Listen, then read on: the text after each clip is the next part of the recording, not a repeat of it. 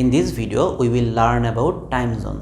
In this question written in the board, you can clearly see that you are given an information that local time of Dhaka is 30 minutes ahead of local time of Kolkata, and the flight time from Dhaka to Kolkata or from Kolkata to Dhaka is 1 hour.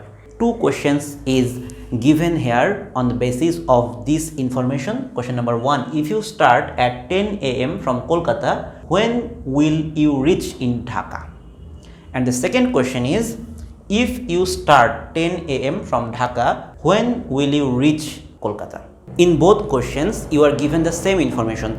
Your departure time is 10 a.m. that means in 24-hour format, 10:00, and the flight duration is 1 hour. So what will be the time of arrival? We know that if we are given the departure time and the duration of traveling, we just add them to get the arrival time. 10 plus 1, 11. Here the same answer. 10 plus 1, 00, 11.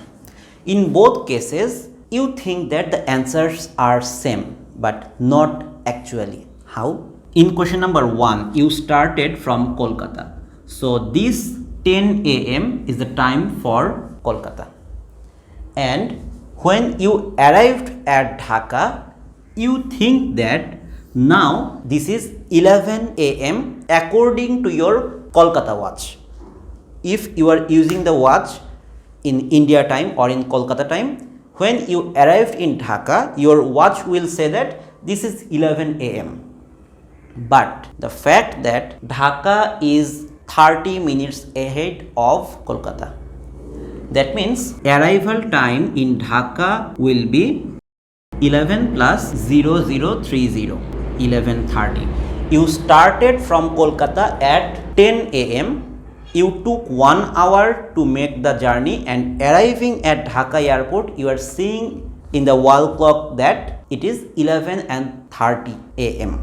This is the funny part here of time zone. And what is the reverse incident?